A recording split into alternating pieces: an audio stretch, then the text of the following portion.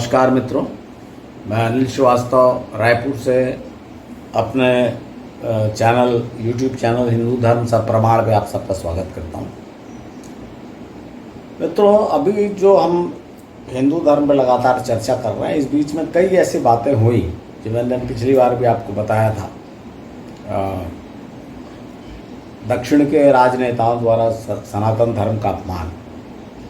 देखिए, मैं इसमें आपको एक दूसरी बात बताता हूँ कि सनातन धर्म क्या है, पहले इसको जानिए। जब किसी ने कहा कि सनातन धर्म को उखाड़ फेंकेंगे, तो उसको ये पता नहीं था कि सनातन धर्म सिर्फ उत्तर का नहीं है, इसमें दक्षिण भी मिश्रण है। मैंने आपको बताया था ना कि 5 अलग अलग जो पंथों का मिश्रण जो है, संप्रदायों का, तब ये जाके आज का वर्तमान हिंदू 5 में आपको लिमिटेड नहीं बोल रहा हूँ, प्रमुख 5, उसमें छोटे छोटे तो अनगिनत हैं और सबको सनातन कहा जाता है। उदाहरणार्थ मैंने आपको एक बार उदाहरण दिया था कि जैसे नॉर्मली हिंदू लोग अगर स्मशान जाते हैं तो वो लौट के आके स्नान करते हैं, घर के अंदर नहीं आते, बाहर ही पैर हाथ धोते हैं और वस्त्र वगैरह भी बाहर उतार देते हैं, तब अंदर जाते हैं। इस प्रकार के बातें हैं। लेकिन आप देखिए, अघोरी क्या है? अघोरी भी हिंदू कहे जाते हैं और वे तो श्मशान में रहते हैं। कपाल जो मुंड होता है उसमें खाते हैं, और भगवान शिव को तो भगवान शिव का अघोर रूप कहा गया है। तो ये बहुत कई प्रकार के विचारों का मिश्रण है। तो इसमें अगर कोई कहता है कि हम सनातन धर्म को उखाड़ फेंकेंगे, तो वो तो महामूर्ख है, क्योंकि जो यहाँ की परंपरा है पूरे भारतवर्ष की, किसी एक उत्तर या दक्षिण या पूर्व पश्चिम की नहीं है, पूरे भारतवर्ष की परंपराओं का, मान्यताओं का एक मिश्रण है हिंदू धर्म। तो इसको उखाड़ फेंकना तो कोई सवाल ही नहीं उठता। बड़े बड़े आए, मुस्लिम आए, कई धर्म आए, अंग्रेज आए, हम लोग गुलाम रहे, पर यह धर्म कहीं गया नहीं। तो इसलिए इन मूर्खताओं पे ध्यान न दीजिए। और सनातन धर्म की जो बुराई एक के बाद एक होती भी चली जा रही, जैसे हमने देखा होगा, सनातन धर्म की यही खासियत है कि बुराई तो नहीं कह सकते, जो युग परिवर्तन, जो ज़माना आगे बढ़ रहा है उसके हिसाब से जो मान्यताएं बदल रही हैं, तो उसके हिसाब से भी इस धर्म में परिवर्तन होते रहते हैं। कोई अधिक विरोध नहीं करता। जैसे आपको पता ही है कि विधवा विवाह, बाल विवाह, ये सब कानून अपराध हो गए, और दहेज प्रथा, ये सब मनुष्य जातिवाद। अगर आप जो निचली जातियों को आप कुछ बोल दोगे, उनके जाति के नाम से भी अगर आप पुकारोगे, तो आपके ऊपर एट्रोसिटी एक्ट लग जाएगा। तो ये सब सुधार होते चले जा रहे हैं। इसलिए आप जो हिंदू धर्म की बुराइयों के कारण उसको गाली देना ठीक नहीं है, क्योंकि वो बुराइयां तो दूर करते चले जा रहे हैं ना। बाकी किसी धर्म में, दूसरे धर्मों भी है, केवल एक कट्टर धर्म है जिसमें सुधार की गुंजाइश कम दिख रही है, बाकी में तो सुधार होता ही जा रहा है। और वैसे भी हम यहाँ धर्म के बारे में नहीं, हम तो भारतवर्ष के इतिहास के बारे में जानना चाहते हैं। तो मित्रों, इसके पहले कि मैं आज का जो विषय है, जो मैंने आपको पिछली बार वादा किया था कि अब मैं अलग आइकॉन जो भगवान शिव पे बोलूँगा, उसके पहले मैं आज आपको एक छोटी सी टिप बता देता हूँ, और उसके बाद फिर हम अपने मुख्य विषय पर आएंगे। वो टिप ये है मित्रों कि देखिए, भारत में सभी लोगों को एक चाय पीने की आदत पड़ चुकी है। जो नहीं भी पीते, उनको भी सवेरे उठ के कुछ खाली खाली लगता है, तो वे कुछ भी छाछ पिए, जूस पिए, कुछ ना कुछ पी लेते हैं। अब उसको अलग अलग नाम दे दिया उनने कि कोई ग्रीन टी पीता है, कोई ब्लैक टी पीता है, कोई लेमन टी, ऐसे इस तरह से नाम। आजकल तो और भी ब्लू टी, हिबिस्कस टी, कई प्रकार के चाय आ चुकी है। मैं आपको इसके विषय में क्योंकि देखिए, चाय पीना आजकल एक दिमाग में बैठा हुआ कि चाय पीना स्वास्थ्य के लिए ठीक नहीं है। तो इसी पर मैं आपको थोड़ा सा बताता हूँ कि क्यों ठीक नहीं है। देखिए, चाय की जो पत्ती होती है वो तो नेचुरल चीज़ है, ऑर्गेनिक चीज़ है। तो उसकी खोज जो हुई थी, या चाय पीने का प्रचलन तब आया था जब वो लोगों को सुस्ती लगती थी, थोड़ा स्फूर्ति लाने के लिए चाय पीने का प्रचलन हुआ। तो फिर गड़बड़ी कहाँ हुई? देखिए, गड़बड़ी हुई है ये भारतवर्ष में।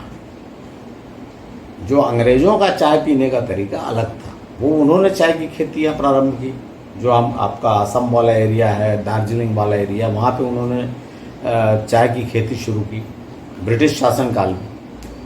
तो उनका जो तरीका था कि गर्म पानी लेकर उसमें वो जो भी अपना जैसे चाय पत्ती डाल देते थे और फिर उसमें आपको चीनी मिला लो या दूध मिला लो, जैसी आपकी इच्छा, और थोड़ी देर रख के और फिर छान के पी लेते थे। और जैसे उसी का रूप है वो जो पाउच आता है जिसमें आप डिप डिप करके थोड़ा देर रख के निकाल देते हैं और पी लेते हैं। तो इसमें चाय पत्ती उबलती नहीं, खौलाई नहीं जाती। इसमें गर्म पानी में डाल 2 मिनट रख के उसका रंग उतर जाता है, जो भी उसके तत्व उतर जाते हैं और आप पीते हैं। ये नुकसानदेह नहीं है। लेकिन होता क्या है, अधिकतर परिवार जो भारतीय परिवार है कैसी चाय पसंद करते हैं, जब वो खूब खौलाई जाती है पत्ती, बोले तब उसको टेस्ट आता है, और निश्चित टेस्ट आता है। उसका कारण क्या है कि उसके जो टॉक्सिन्स रहते हैं वो सब उसमें उतर जाते हैं। तो जब ये टॉक्सिन्स जो हानिकारक टॉक्सिन है ये उसमें आ जाते हैं खौलने के कारण, और काफ़ी देर खोलने के कारण।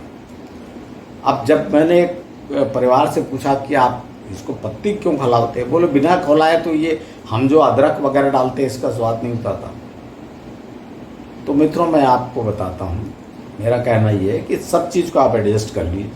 अंग्रेज़ों के तरीक़ों को और भारतीय तरीक़ों को जो रिक्वायरमेंट है सबको एडजस्ट करके तरीका ये है कि पहले आप पानी में जो भी पानी आप लें, चाय के लिए रिक्वायर्ड पानी, उसमें आप अदरक और आपका जो भी पत्ती वगैरह डालना हो, जैसे मैंने आपको बताया था कि अमरूद की पत्ती या अपने ये तुलसी पत्तियाँ, ये सब डाल के, और इसमें तो दालचीनी, देखिए घरेलू मसाले बहुत अच्छे हैं, दालचीनी, जीरा और आपका ये छोटी इलायची, ये सब कूट के आप इसमें मिला सकते हैं और इसको खौला लीजिए आप 5-7 मिनट। तो ये जब इसका जो एसेंस उसमें उतर जाएगा, इसके तत्व उसमें उतर जाएंगे, तब आप बंद करके, मतलब खोलना बंद करके, या चाय की जो गंजी है उसको उतार कर, पॉट को उतार कर उसमें आप चाय पत्ती डाल लीजिए।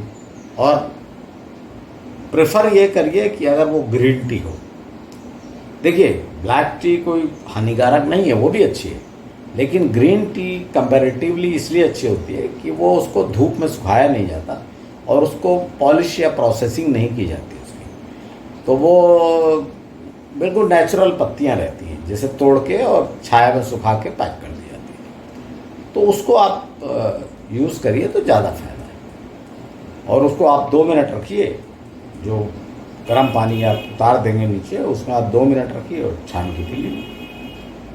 तो ये आप अगर सवेरे पीते हैं तो इससे थोड़ा शरीर डिटॉक्स होता है, ये फ़ायदा पहुंचता है, शरीर गर्मी मिलती है, आपकी जो आदत है उसकी भी संतुष्टि होती है और ये फ़ायदा पहुंचाती है।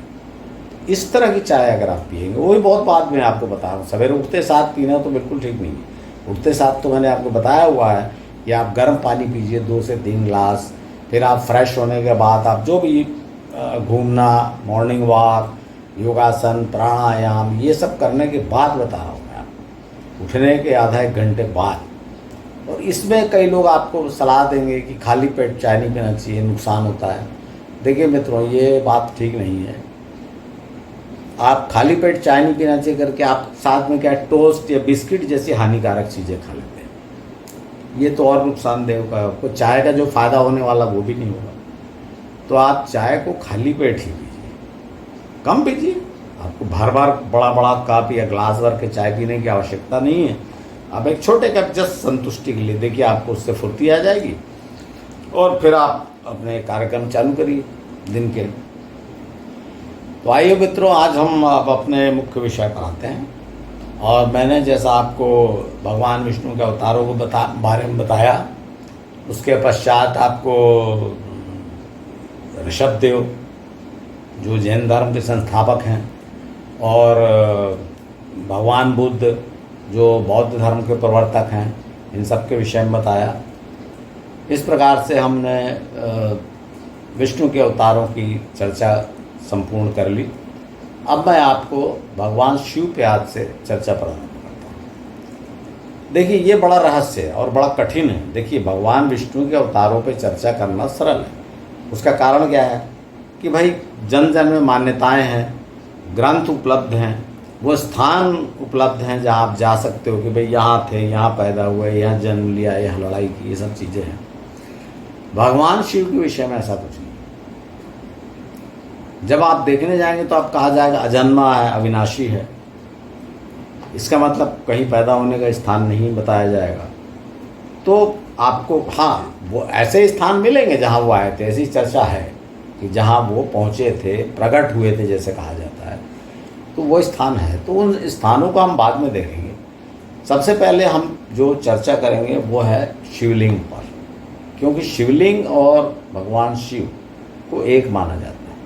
तो पहले तो मैं आपको शिवलिंग पे चर्चा करूँगा और फिर भगवान शिव के बारे में चर्चा करूँगा कि क्या शिव नाम के कोई प्राणी इस धरती पे थे, आपको ये बताऊँगा। और पहले हम शिवलिंग को देख लेते हैं क्या है, क्योंकि देखिए इस बारे में बहुत चर्चाएं हैं। शिवलिंग के बारे में बोलना बहुत कठिन है, लेकिन फिर भी मैं आपको बताता हूँ और इसको 2-3 तरीके से बताऊँगा, अलग अलग पार्ट में, तरीका नहीं, अलग अलग पार्ट में। पहले तो मैं इस शब्द की व्याख्या करूँगा, शिवलिंग शब्द। आप सोचेंगे कि इसमें व्याख्या करने, लेकिन यही तो व्याख्या ही असली चीज़ है। बिना व्याख्या के आगे इसको समझा नहीं जा सकता। देखिए, इसकी ज़रूरत क्या है व्याख्या की या समझने की, क्योंकि जो शिवलिंग का आकार आपने देखा हुआ ना, उसके कारण बड़ा भ्रम है। कई विदेशी विद्वानों ने अपना सीधे सीधे इसको नर नारी के संयोग का प्रतीक बता दिया। तो मैं ज़्यादा बात, अनेक लोग तो इसको मानते हैं और हमारी नई पीढ़ी भी जब उसको देखती है, उसके आकार जब पूजा करने जाती है, तो उसको बड़ा कन्फ्यूज़न होता है कि भाई ये है क्या। तो आइए सबसे पहले हम शब्द पे चर्चा करते हैं, शिवलिंग। तो देखिए, शिव शब्द का अर्थ संस्कृत में होता है कल्याणकारी। इसमें 2 शब्द है, इसमें शिव और लिंग। तो शिव शब्द का अर्थ होता है कल्याणकारी, और लिंग शब्द कहने से आपके दिमाग में एक बैठी हुई जो भ्रांति है वो उभर के सामने जाती है, वो गलत है। कैसे, मैं आपको बताता हूँ। देखिए, संस्कृत में 3 लिंग होते हैं, पुल्लिंग, स्त्रीलिंग और नपुंसकलिंग। तो आप लिंग मतलब कैसे किसी आकार को समझ सकते हैं? हम तो लिंग मतलब लिंग शब्द का मतलब ढूंढ रहे हैं ना।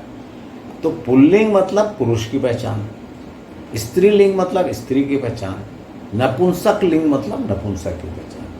तो आप जो लिंग वर्ड से आप नॉर्मली सोचेंगे, अगर अब ऐसा है तो फिर नपुंसक लिंग का मतलब क्या हुआ? तो लिंग शब्द का यहाँ पर अर्थ सीधे ही निकल के आता है प्रतीक या पहचान या चिन्ह। तो शिवलिंग का अर्थ क्या हुआ? कल्याणकारी प्रतीक। मेरा ख्याल है आपको ये स्पष्ट समझ में आया होगा, और इसको आप हमेशा के लिए समझ लीजिए कि शिवलिंग का अर्थ होता है कल्याणकारी प्रतीक। अब यहाँ प्रश्न उठता है, किसका प्रतीक, किस बात का प्रतीक, और इसको किसने बनाया, किसने इसकी रचना की, या कब से पूजा जाने लगी, कब से इसकी पूजा होने लगी। तो देखिए, शिव पुराण को अगर आप पढ़ें, भाई ऑथेंटिक अगर शिव के बारे में कुछ बोलना है, शिवलिंग के बारे में कुछ बोलना है, तो आप शिव पुराण देखेंगे। शिव पुराण में वर्णन है, और वही बड़ी प्रसिद्ध कहानी जो आप सबको जो आपको पंडित लोग भी सुनाते हैं। और वो कहानी ये है कि एक बार ब्रह्मा और विष्णु में बहस हो गई, विवाद हो गया कि बड़ा कौन है। अब बताइए, पहला तो यहीं से गड़बड़ हो गई कि ब्रह्मा और विष्णु, जिनको हम 3 प्रतीक मानते हैं अपने हिंदू धर्म के, ब्रह्मा विष्णु महेश, तो ब्रह्मा और विष्णु में विवाद हो गया। क्या इसको वैष्णव लोग स्वीकार करेंगे इस बात को कि ब्रह्मा और, लेकिन ये शिव पुराण में है, मैं इसलिए आपको बता रहा हूँ। तो ब्रह्मा विष्णु विवाद हो गया, तो दोनों के विवाद को रोकने के लिए देवता जो है भगवान शिव के पास गए। तो भगवान शिव ने उन दोनों के मध्य में एक बड़ा लंबा ज्योतिर्लिंग क्या कहना चाहिए उपस्थित कर दिया। ज्योतिर्लिंग मतलब जलता हुआ प्रकाशित लिंग, मतलब खंबा उपस्थित कर दिया, जिसके ओर छोर का पता नहीं, मतलब उसका निचला पोर्शन या नींव कहाँ पर गड़ा था वो पता नहीं, और ऊपर कितना गया वो पता नहीं। तो दोनों में जब ब्रह्मा विष्णु में शर्त लगी कि अच्छा ठीक है, हम एक एक छोर पे जाओ और जो ढूंढ के छोर जो ढूंढ लेगा वो बड़ा हो जाएगा। तो विष्णु जी नीचे गए, ब्रह्मा ऊपर गए। तो विष्णु जी नीचे, ये मैं सिर्फ कहानी बता रहा हूँ शिव पुराण की। तो विष्णु जी जब नीचे गए तो उनको उसका छोर नहीं मिला, वो ऊपर आ गए। अब ब्रह्मा जब ऊपर गए तो उनको भी नहीं मिला, किंतु उन्होंने झूठ बोल दिया और केतकी के फूल गवाही लग दी, वापस आ गए। और उन्होंने कहा कि भाई मुझको तो मिल गया। कैसे? तो उन्होंने बताया कि भाई ये मैं तो केतकी के फूल उस पर चढ़ा के आया हूँ। तो विष्णु जी ने मान लिया कि भाई ब्रह्मा आप ही बड़े हो भाई, आपको मिल गया छोर। लेकिन तभी वहाँ शिव जी प्रकट हुए और उन्होंने ब्रह्मा को कहा कि तुम पूजा के लायक नहीं हो, झूठ बोलते हो। तब से ब्रह्मा की पूजा बंद हो गई और विष्णु जी को बड़ा माने जाने लगे। इस तरह की कहानी है। और जब दोनों ने शिव की अभ्यर्थना की, दोनों ने, विष्णु और ब्रह्मा ने शिव की अभ्यर्थना की, उनको प्रणाम किया, तो शिव ने कहा कि आइंदा से ये जो लिंग है ये मेरा प्रतीक समझा जाएगा। और तब से इसको शिवलिंग कहा जाने लगा और इसको भगवान शिव के प्रतीक के रूप में या उनके स्थान पर पूजा जाने लगा। इसको ऐसा भी कहा गया कि भाई भगवान शिव निराकार हैं, तो ये साकार रूप है उनका। ये शिव पुराण का बता रहा हूँ। लेकिन इसमें कई फ्लॉ है और स्पष्ट है कि मैंने जैसे आपको बताया कि भाई इस तरह कहानियाँ क्यों लिखी गई, क्योंकि ये पुराण बहुत बाद में लिखे गए। तो जो शिव भक्त होगा ये उसकी लिखी कहानी, सीधी सी बात है। देखिए इसमें क्या गलती है। अब आप अगर ऐसा बोलूँगा तो आप बोल देंगे भाई जैसा उसने गलती की आप भी कर रहे हो। नहीं, मैं आपको संतुष्ट करूँगा, आपको जवाब तर्क दे रहा हूँ। देखिए अगर आप इस कहानी को मान लें, जो शिव भक्त हैं वो मान लेते हैं, मान लीजिए इस कहानी को, तो इसमें क्या क्या समस्या है। पहली समस्या ये है कि तीनों यहाँ पर उपस्थित थे भारत की धरती पे। कौन? ब्रह्मा, विष्णु और शिव, तीनों उपस्थित थे। उसके बाद शिवलिंग की पूजा प्रारंभ हुई। यही कहना चाहते हैं आप लोग? भाई तभी तो शिवलिंग दोनों के बीच में बना, मतलब शिवलिंग बाद में आया और ब्रह्मा, विष्णु और शिव पहले से थे। तो ये तो फिर इतिहास का क्या होगा, पुरातत्व का क्या होगा, जो बोलता है कि भाई यहाँ तो अनार्य थे और आर्यों ने आक्रमण किया, फिर उसका क्या होगा। और जो जगह जगह शिवलिंग मिलते हैं, भारत में ही नहीं, आपको विदेशों में मिले, मिस्र में मिले, कई जगह खुदाई में, जो मेसोपोटामिया इलाके में मिले, फिर उसका क्या होगा।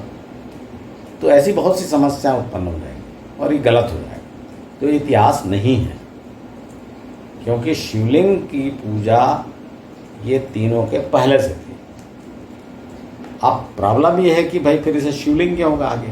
तो वो मैंने आपको एक एपिसोड में बताया है कि जब 5 प्रमुख पंथों को मिश्रण किया गया तो ये जो रचना है इसको शिव का प्रतीक मान लिया गया। अब मेरे ख्याल आपको समझ में आ गया होगा कि इसे शिवलिंग क्यों कहा जाता है, इसको शिव का प्रतीक कहा गया। देखिए मैं इसको क्यों बोल रहा हूँ, ये जो अब मैंने आपको बताया कि ब्रह्मा विष्णु, उसका कारण बता रहा हूँ आपको।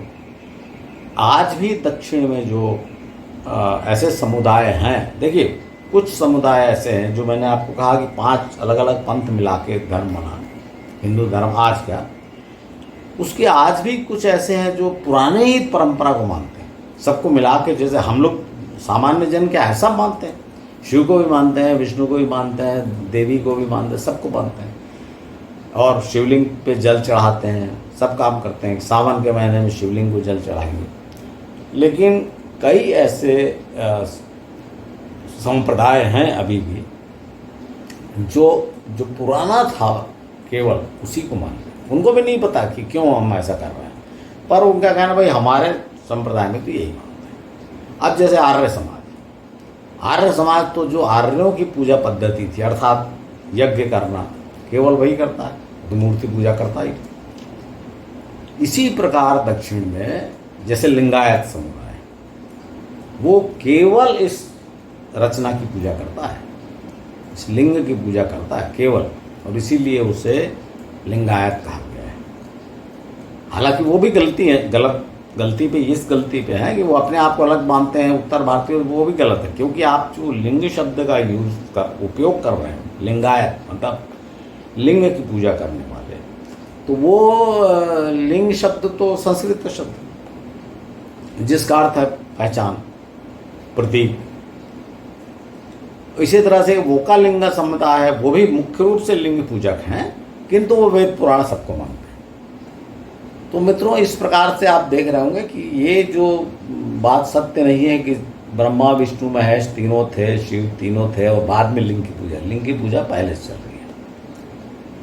अब आइए हम इस दो बातों पर चर्चा करते हैं कि फिर ये पूजा कब से प्रारंभ हुई और इस रूप में ये रचना क्यों। क्योंकि जब ये निश्चित हो गया कि भाई ये ऐसी कोई रचना नहीं है, पहले से चली आ रही है, तो फिर कब से प्रारंभ हुई और इसके कौन थे, इसके जो मूल जो पूजक थे या इसको बनाने वाले लोग कौन थे। जैसे मैंने आपको बताया ना, सूर्य पूजा, जो आर्य उत्तर से आए वो आर्कटिक सर्कल के पास रहते थे, वहाँ बहुत ठंड जब पड़ने लगी, सूर्य के उपासक हो गए, वो सूर्य पूजा करने लगे। तो वैसे ही इस लिंग की पूजा कौन करने लगे, इसको देखते हैं। देखिए मित्रों, जो ये रचना, जैसे आपको मैंने एक चीज़ बताई थी कि भाई जब इंसान सोचने समझने लगा, थोड़ा बुद्धि विकसित होने लगी, तो सबसे पहले कोई भी कहीं पर भी धरती में कहीं भी पैदा हुआ हो, जब जिसको कहते हैं कि सब जो जीवन की, जैसे खाना पीना, जो आपको धीरे धीरे बताया जाएगा ना कि पहले धीरे धीरे खड़ा हुआ इंसान, फिर चलने लगा, फिर दौड़ने लगा, फिर वो पत्थर के सब हो गया, मैं उसके बाद की बात कर रहा हूँ। जब इंसान ने ये सोचना शुरू किया कि भाई ये हमारा जन्म आखिर हुआ क्यों, तो ये जब उसने विहंगम दृष्टि डाली इस पूरी सृष्टि रचना पे, तो उसने सोचना शुरू किया कि भाई इसको किसने बनाया। तब विभिन्न कल्पनाएं आई। जैसे जो शाक्त लोग हैं वो बोलते हैं कि देवी ने बनाया, देवी ही आदि में थी। आपको बताया था मैंने, जब मेरा वो एपिसोड देख लीजिए जिसमें डिटेल मैंने 5 धर्मों का मिश्रण बताया है। और जो वैष्णव हैं वो विष्णु को मानने लगे, जो शैव हुए केवल शिव को मानने लगे। उसी प्रकार से ये जो रचना है, जिसको आज हम शिवलिंग के रूप में, शिवलिंग के नाम से जानते हैं, इसके पूजकों ने भी जब संसार में दृष्टि डाली तो उन्होंने देखा कि ये सृष्टि इस कारण से बढ़ती है। किस कारण से? पुरुष और स्त्री के संयोग से, सीधी सी बात। अब इसको आप, अगर मैं पंडितों की भाषा में आपको बड़ा समझाऊं, कठिन बना दूं, जिससे आपको समझ में नहीं आए, तो आप कुछ भी कह सकते हैं, पुरुष और प्रकृति के संयोग से। और ऐसे मैं इसलिए नहीं बोल रहा हूँ कि मैं मजाक कर रहा हूँ आपसे, ये YouTube में ऐसे बहुत से मौजूद हैं चैनल जिसमें इसको समझाया गया है कि उसको जो ऊपर का भाग रहता है, जिसको लंबाकार, तो उसको कहा गया बिंदु है, और योनि में जाता है तो उससे होता है। तो दुनिया बात निकल के वही आएगी कि भाई इस रचना का मतलब है कि नर मादा, स्त्री पुरुष कहना ठीक नहीं है, स्त्री पुरुष तो सिर्फ एक मनुष्य में हो जाएंगे। इसको नर और मादा के सहयोग से सृष्टि निर्माण, आप ऐसा कह सकते हैं। तो ये मानने वाले कौन थे? वो लोग पूरा भौतिकता को माना उन्होंने। जैसे मैंने आपको बताया था ना कि जो आर्य थे, तो उन्होंने, उनके देवता कहाँ थे? जो पहला देवता कौन सा हुआ? सूर्य। सूर्य कहाँ था? ऊपर आकाश में। तो वो सब ऊपर आकाशीय पिंड उनके पहले देवता हो गए। फिर उनको लगा कि नहीं है, तो उन्होंने उसके ऊपर भी सोचे भाई इनको किसने बनाया, तो उन्होंने फिर ब्रह्म और पर ब्रह्म ये सब कहा। तो दूसरे जो लोग थे उन्होंने ये जो आकार दिया, इसको सृष्टि का प्रतीक माना। तो ये सृष्टि का प्रतीक है और इसीलिए इसको वो ईश्वर मानते हैं।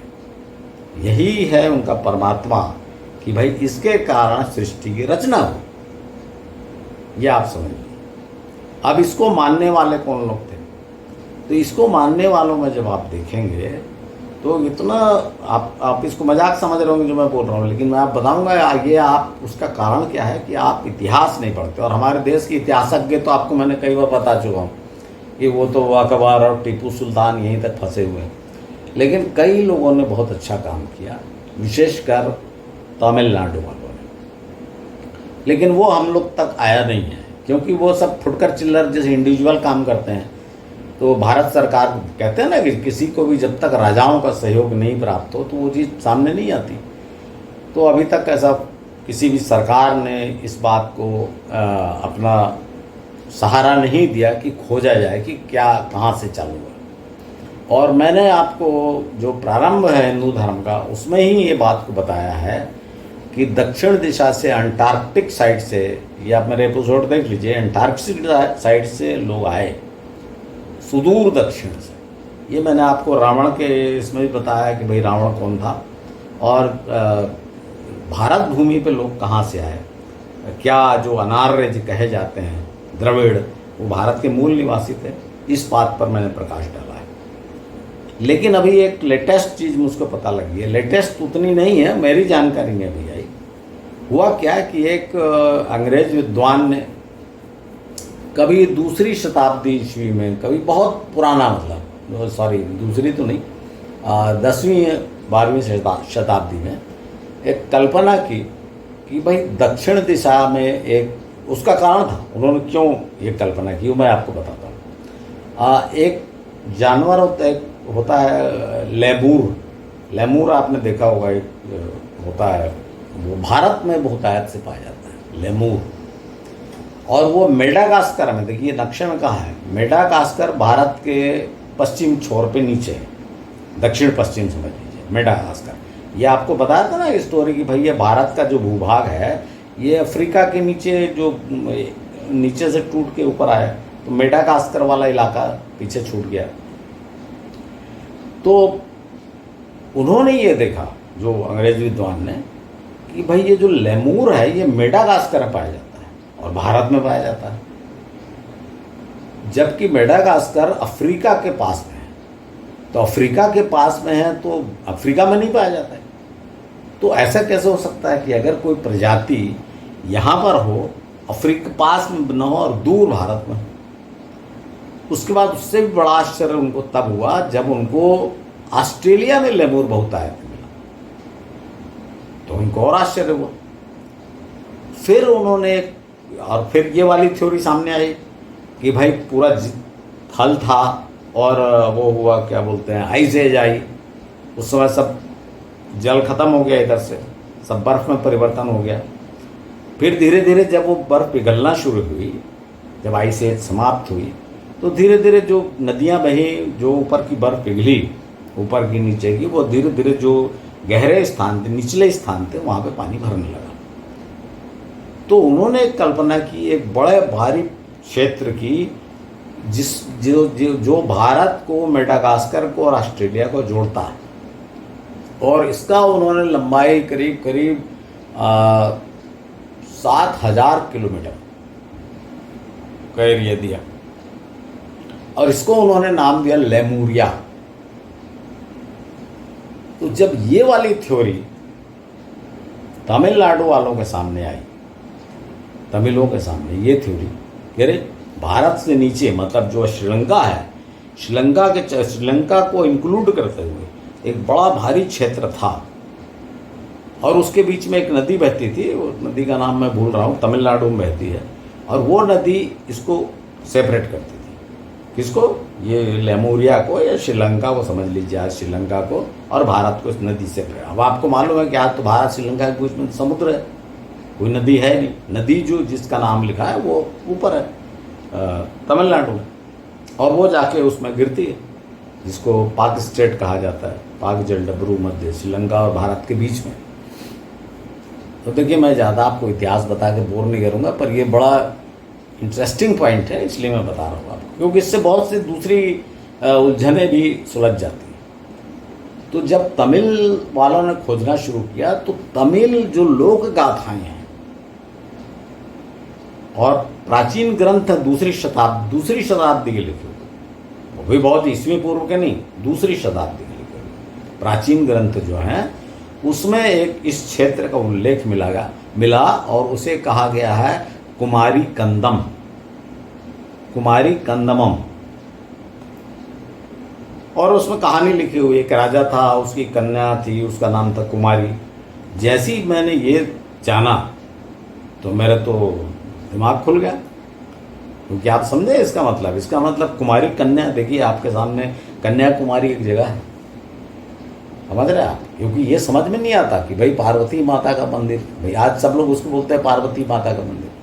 देखिए आप, कन्याकुमारी कैसा नाम है, और ये कुमारी कंदम ये क्षेत्र, देखिए जो नक्शा बताया है ये आप देख लीजिए। तो इससे आप देखिए क्या होता है कि ये क्षेत्र जुड़ा था। अब आपको जो लेमूर समझ गया आप, मेडागास्कर जुड़ा, इधर से ऑस्ट्रेलिया जुड़ा, इधर भारत जुड़ा। तो मित्रों इसको कुमारी कंदम कहा गया, और इससे ये धीरे धीरे ये चूंकि निचला प्रदेश था, ये पानी में भरता गया। और विद्वान मानते हैं कि इसी प्रदेश का बचा हुआ ये छोटा सा हिस्सा है श्रीलंका। और ये पूरा अनेक तमिल ग्रंथों में इसको कुमारी नाडु भी कहा गया, कुमारी नाडु। तो इससे, और ये बात इसमें और ग्रंथों जो आपको दूसरी शताब्दी का ग्रंथ मैंने बताया उसमें कुछ संगमों का वर्णन है। संगम मतलब जैसे आप समझ लीजिए एक सम्मेलन होता है ना, जैसे बौद्ध में बताया था आपको बौद्ध संगीति, तो वैसे ही ये संगम का वर्णन है। और पहला जो संगम वर्णन है ये पांड्य राजाओं का राज्य था। तो पहला संगम का जो समय दिया हुआ है वो ईस्वी पूर्व मतलब 6-7 हजार साल पहले, ईस्वी पूर्व 6 to 7,000 BC। तो इसका अर्थ क्या हुआ कि ये जो धीरे धीरे मतलब राम 5,000 साल, ईस्वी पूर्व 5,000 साल पहले राम जब गए तो वो काफ़ी वहाँ थोड़ा उनको उन्होंने पत्थर, मैंने आपको बताया था ना कि पुल कैसे बना है समुद्र में, जो चर्चा बाद में होने लगी, बाद में लिखा गया कि समुद्र भी एक्चुअली में राम के समय में वो उथला था एकदम।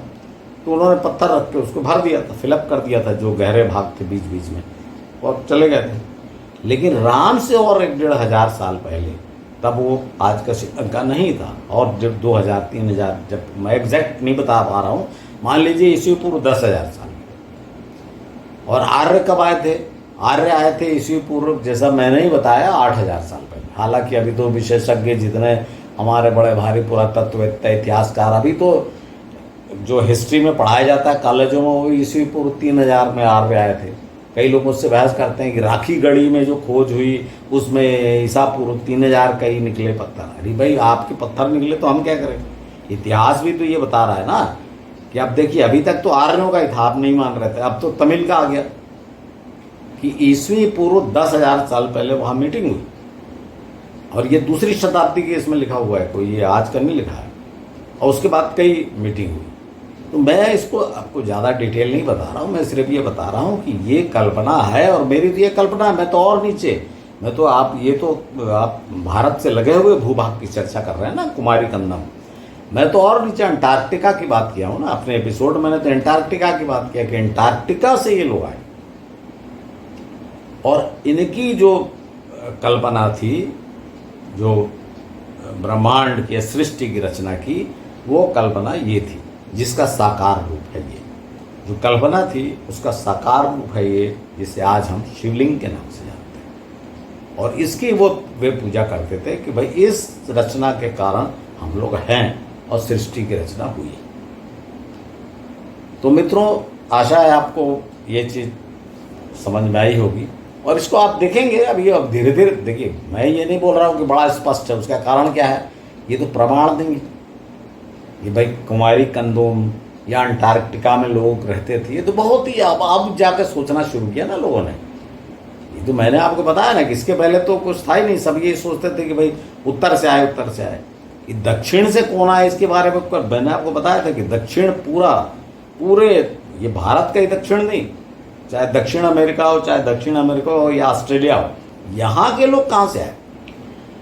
तो अलग अलग जो प्रजाति और कुनबे के लोग आए थे, दक्षिण से भी जो अलग अलग लोग आए थे। ऐसा मैं नहीं बोल रहा केवल तमिल आए थे या तमिलनाडु। आज जो दक्षिण में आप देख लीजिए, आप कर्नाटक में, केरल में, आंध्र में, तमिलनाडु में अलग अलग कबीले के लोग हैं, उनकी अलग अलग परंपराएं हैं, और वो लेकिन सबके सब में एक चीज़ कॉमन है कि वो सबके सब ये जो रचना है शिवलिंग नामक रचना, इसकी वो पूजा करते हैं। ये मैं आपको बताऊं, उनका प्रमुख जो पूजा का जो आइकॉन है जिसकी पूजा करते हैं वो शिवलिंग ही है। बाद में वो सब उत्तर से जो विष्णु, राम और कृष्ण ये सब कर दिया, ये बात की बात है। शिवलिंग के उपासक तो पहले से थे। उसी प्रकार शिवलिंग भी उत्तर में बाद में आया, जब उसको शिव का प्रतीक मान लिया गया, तब वो शिवलिंग की पूजा ऊपर। जैसे आप देखे होंगे जो राजपूत राजा थे, जो एक्चुअली में जो शक, हूण और ये सब जो आक्रमण किए और राजा बने, इनका जो मुख्य रूप से ये शिवलिंग की पूजा करने लगे। मेवाड़ में आपने देखा होगा एकलिंग जी, जिसको मेवाड़ के महाराणा बहुत पूजते थे। तो इसलिए उत्तर में शिवलिंग की पूजा बढ़ गई, क्योंकि राजा लोग शिवलिंग को मानने लगे मुख्य रूप से। और दूसरा कारण यह था कि शिवलिंग को इनका प्रतीक मान लिया गया। मैं आपको अगले एपिसोड में बताऊंगा किनका प्रतीक, जो बार बार मैं शिव बोल रहा हूँ कि शिव का प्रतीक मान लिया गया, भाई शिव कौन, ये बताऊंगा। तो इनका भी जो मूवमेंट, जिनको रुद्र कहा गया, मैं बता देता हूँ। तो ये अलग अलग रुद्र जब अलग अलग स्थानों में गए तो वहाँ पर उनकी स्मृति में ये शिवलिंग को स्थापित किया गया। तो इस प्रकार से शिवलिंग पूरे भारतवर्ष में पूजा जाने लगा। पर इसके मुख्य जो रचनाकार थे और इसके उपासक थे, वो मैंने आपको बताया कौन और कब से।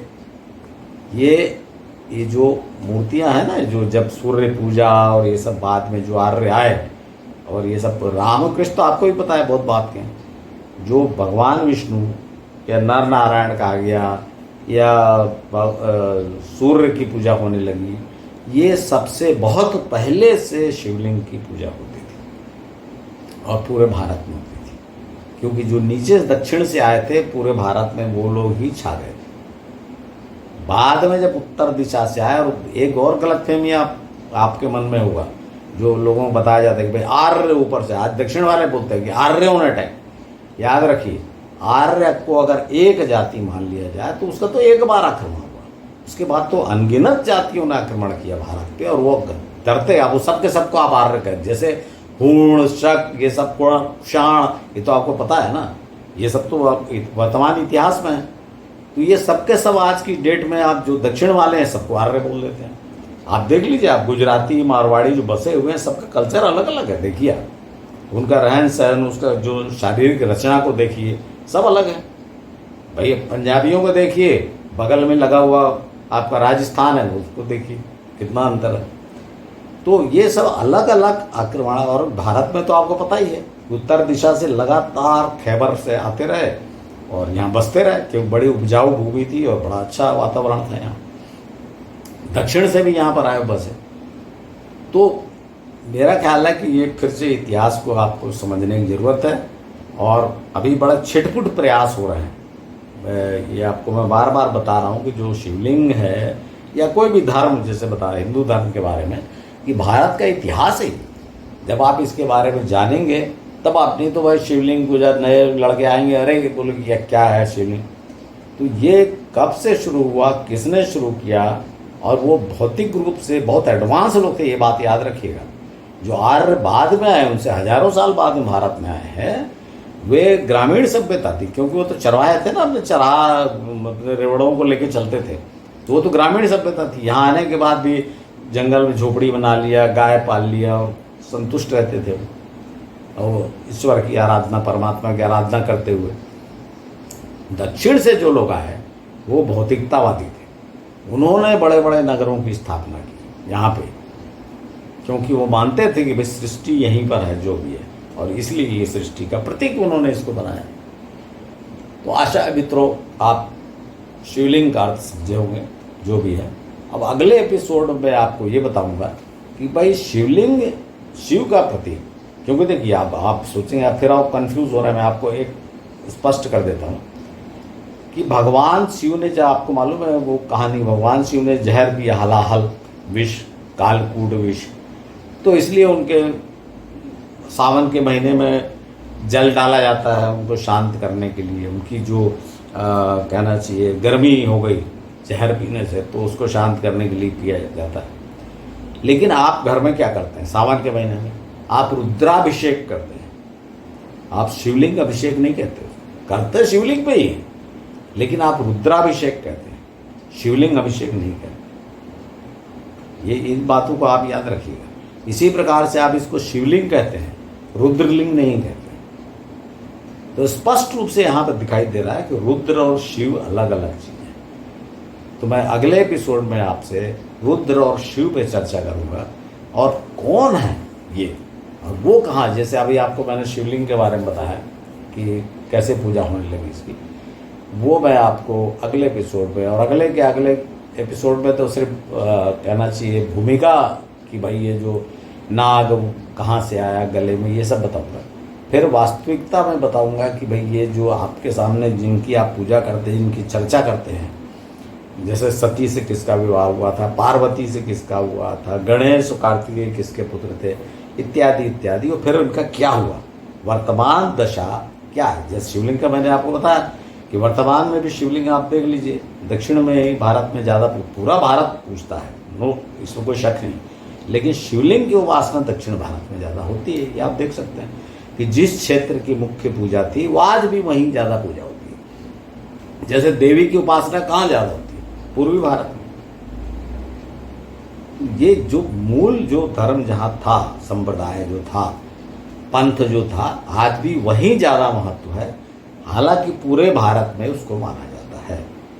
इस बात को याद रखिए, क्योंकि मित्रों हम इतिहास खोज रहे हैं तो हमको किसी भ्रम में नहीं पड़ना चाहिए, किसी एक पक्ष में नहीं होना चाहिए, निष्पक्ष होकर उसको ढूंढना चाहिए। और ये तो शुरुआत है, मैंने बताया दूसरे भी लोग प्रारंभ कर चुके हैं इस बात को, क्योंकि ज़्यादा कूपमंडूकता में पड़े रहने से हम अपने इतिहास को नहीं जान सकते, अपने भव्य शानदार भारत के इतिहास को हम नहीं जाने, क्योंकि हमारे इतिहासकार को तो आपको कई बार बता चुका हूँ किसमें लगे हुए हैं। तो मित्रों, आशा है आपको ये एपिसोड पसंद आया होगा और आपने धैर्यपूर्वक सुना, उसके लिए बहुत बहुत धन्यवाद। यदि आपको पसंद आया है तो आप इसे शेयर करें, क्योंकि मेरा एकमात्र उद्देश्य है कि हिंदू धर्म, ये धर्म नहीं, ये भारत का कल्चर है, इतिहास है, और इसको ज़्यादा से ज़्यादा लोग जानें। धन्यवाद।